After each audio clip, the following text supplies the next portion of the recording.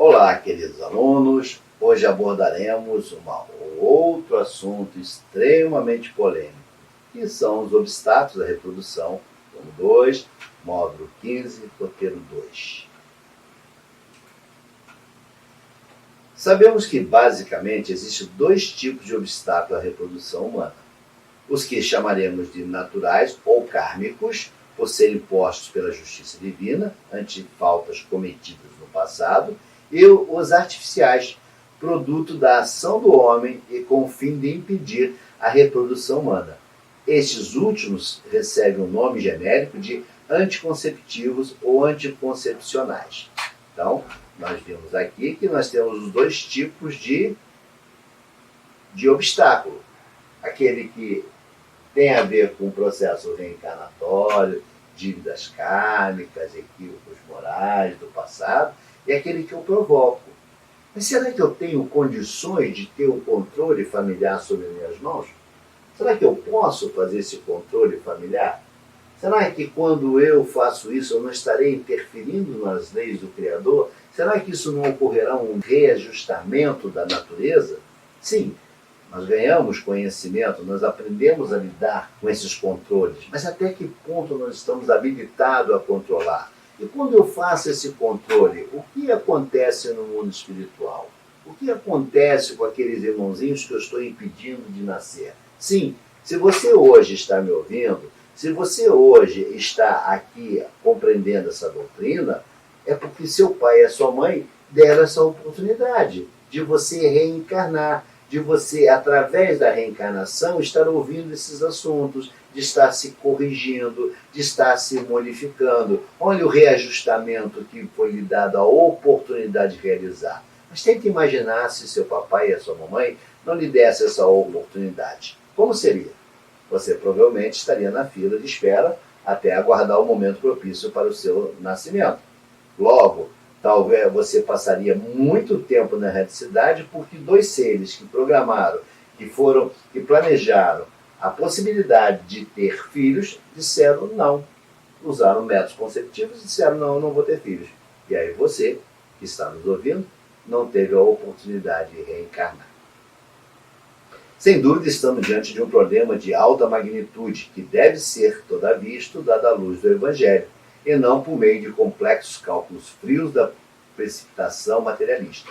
O homem pode programar a família que deseja e lhe convém ter, número de filhos, período para a maternidade, nunca, porém, se eximirá dos imperiosos resgates a que faz jus, tendo em vista o seu próprio passado. Melhor usar um anticonceptivo do que abortar. Não tenha dúvida. Veremos essa questão do aborto. Então, a doutrina, se eu vou fazer algum controle, que o faça, então, evitando. Melhor ainda seria não impedir a volta dos espíritos ao corpo de carne, já que os espíritos não desconhecem a seriedade da planificação reencarnatória. Antes de retornarmos às experiências físicas, é bem provável que nos tenhamos comprometido a receber, como filhos, um número determinado de espíritos. Logo, a reprodução humana estava naturalmente acertada, numa cota previamente estabelecida, quando ainda nos encontrávamos no planos espirituais. É nesse sentido que compreendemos a afirmação exposta anteriormente por Joana de Ângeles e as seguintes enunciadas por Emmanuel e André Luiz, respectivamente, nos livros Entrevista e Ação e Reação. Então, nós vamos ver que a doutrina espírita, né, ela compreende que você tem o direito de planejar a sua família. O que você não pode, né, e não deve é impedir a reprodução, é impedir o nascimento, porque isso traz consequências severas no seu plano material, tá, e no plano espiritual. E aí nós vamos começar a entender que algumas vezes os seres desejosos de ter filhos não os têm. Fruto de que isso? São os anticonceptivos naturais que nós vimos lá no primeiro slide. Utilizou-se de forma equivocada, e aí hoje ele desejoso de ter filhos, não os tem. Quando não, ainda nessa encarnação, ele diz, não, eu não quero ter filhos. E foi planejado para ele ter 3, 4 filhos. Como diz o texto, né, existe uma cota já determinada para cada ser na formação desses espíritos. E aí eu digo, não, aí eu vou reencarnar. E na minha próxima reencarnação eu volto desejoso de ter filhos, ansioso para ter filhos, e busco toda sorte de mecanismos para ter filhos e não os tenho. Onde está o problema? O organismo reage bem, tem toda a estrutura necessária para a formação de um feto e, no entanto, não ocorre a geração do ser. O problema está exatamente nessa escolha que fiz em vidas pretéritas de dizer não quando tinha toda a condição de dizer sim. Então, Emmanuel nos fala, não acreditamos que a coletividade humana esteja, por enquanto, habilitada espiritualmente a controlar o renascimento na Terra, sem prejudicar seriamente o desenvolvimento da lei de provas purificadoras. Então, Emmanuel já nos adverte, né, o perigo desse controle feito por nós, porque nossa visão ela é muito pequena, ela é muito curta, nós enxergamos só o imediatismo, nós não enxergamos a verdadeira planificação espiritual, o que está nesse envolvimento. E quando nós interferimos, nós causamos sérios problemas para nós e para aqueles espíritos que eu impedi o nascimento. É só compararmos os grandes avatares que passaram pela Terra, trazendo mensagens de luz, de fraternidade, fazendo bem. Imagine se os pais deles resolvessem não os ter. Quanto bem deixaria de ter sido feito? Então, mostrando que a nossa visão, a gente talvez só olhe aqui aquele momento. Ah, fulano não reencarnou. Vamos colocar dessa forma. Mas na realidade não é só isso. É quanto que foi planejado, tanto que foi elaborado pelo plano espiritual para aquele espírito realizar enquanto encarnado, que foi impedido porque simplesmente dois pais resolveram dizer não. Então, já que nos detemos em matéria de sexologia, na lei de causa e efeito, como interpretar as atitudes dos casais que evitam os filhos, os casais dignos e respeitados sob todos os pontos de vista que sistematizam o uso de anticoncepcionais? E eles nos respondem.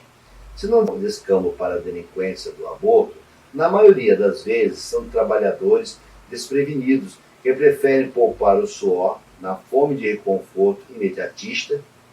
Infelizmente para eles, porém, apenas adiam realizações.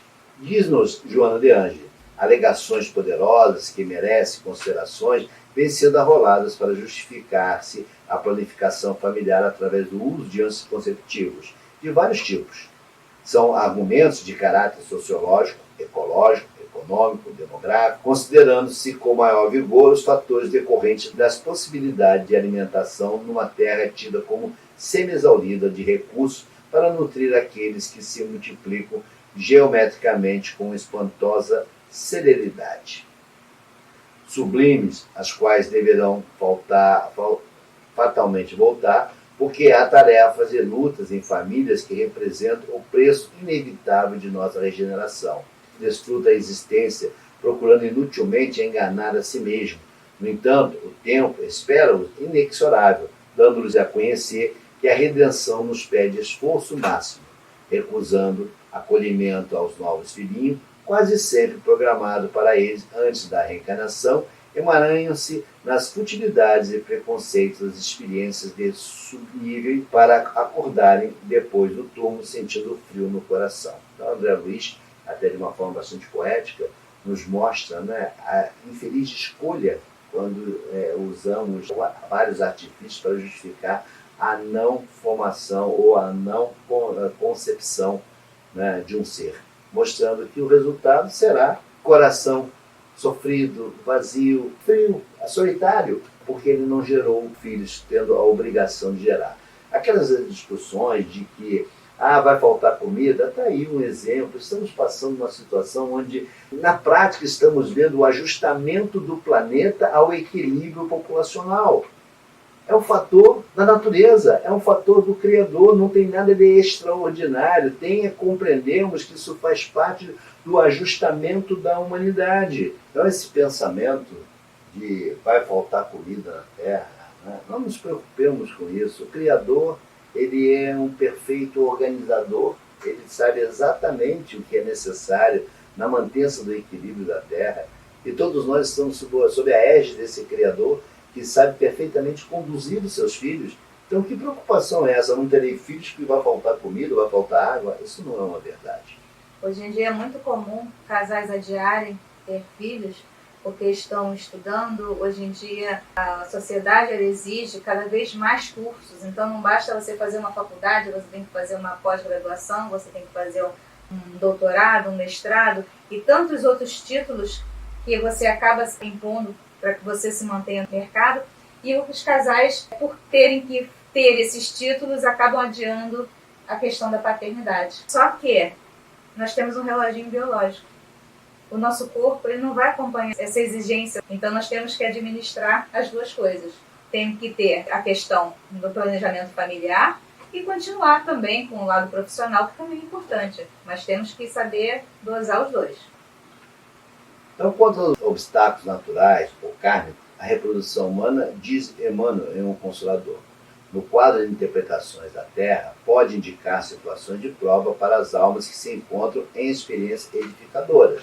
Todavia, se considerarmos a questão do seu aspecto espiritual, somos obrigados a reconhecer que a esterilidade não existe para o espírito, que, na Terra ou fora dela, pode ser fecundo em obras de beleza, de aperfeiçoamento, de redenção. Então, ele está nos mostrando que existem outras formas de você continuar o progresso da humanidade através de um trabalho de obras de embelezamento, de aperfeiçoamento, de redenção. Então, a esses indivíduos que foi dado, por questões kármicas, a impossibilidade de gerar, ele não se torna um ser estéril para o mundo espiritual, muito ao contrário.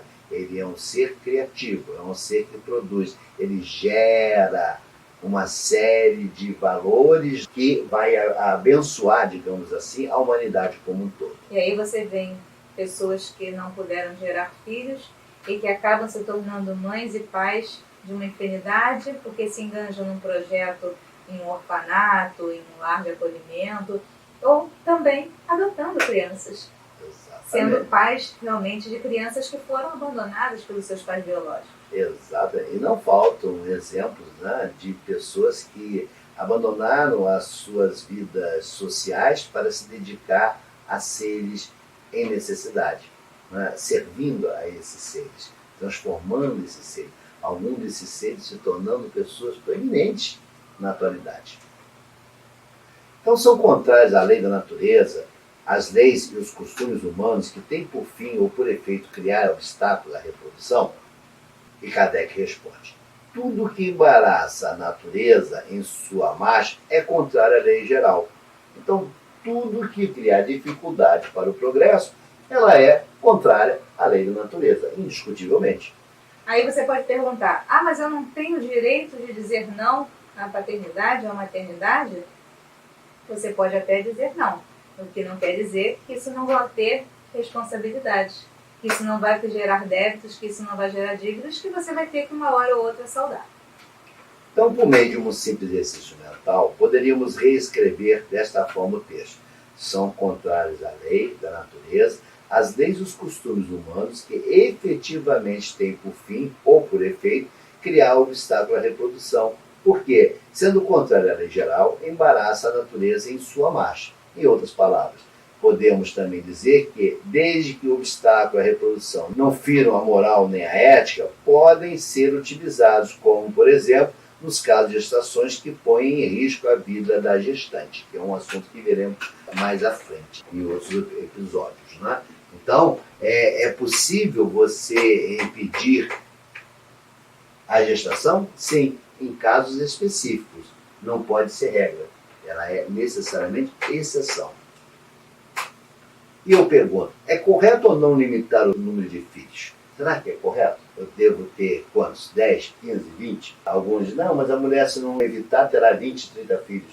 Nós vimos aqui que não é assim que acontece. Existe uma cota para cada ser, é pré-determinado pelo mundo espiritual. Dessa forma, retornando ao questionamento inicial desenvolvido por Kardec, constata-se a lucidez e a objetividade dos espíritos orientadores, os quais, ao mesmo tempo em que nos esclarece a respeito de um assunto tão complexo, não deixam de considerar as implicações das leis de causa e efeito, de liberdade e de progresso, importantes na elaboração do planejamento reencarnatório. O controle da natalidade passa a ser legítimo quando há justificativas de ordem superior que impeçam ou dificultam o renascimento de espíritos.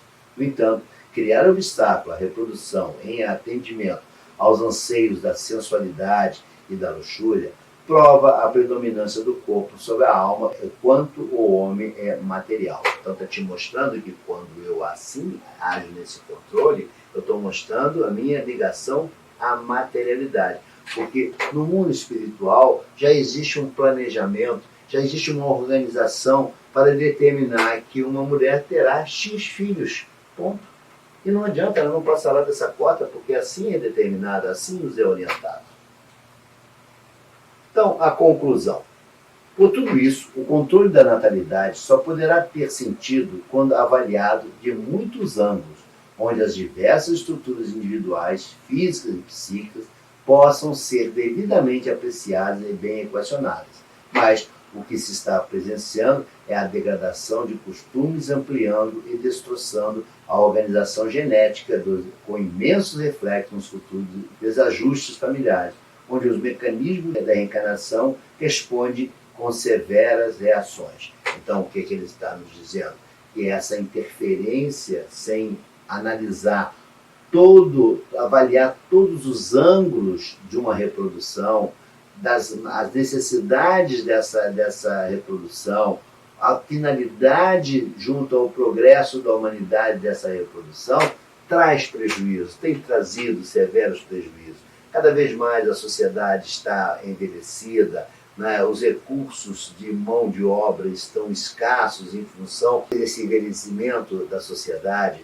Tudo isso é fruto dessa interferência humana, dessa interferência do homem sem conhecer todo o planejamento do Criador. E isso traz, em consequência, a verdadeiros buracos existenciais na humanidade, onde populações extremamente amadurecidas, extremamente envelhecidas, não têm como colocar nas suas regiões pessoas. Existem países ofertando casas, ofertando condições para casais de outros países ir lá morar, sendo remunerado porque eles não geram mais filhos. E aquela região está empobrecendo, está ficando estéril porque as pessoas não trabalham mais na terra, não trabalham mais naquela região por falta de mão de obra. Fruto do quê? De uma decisão equivocada, de um controle de natalidade que gerou tudo isso. Então tenhamos cuidado nesta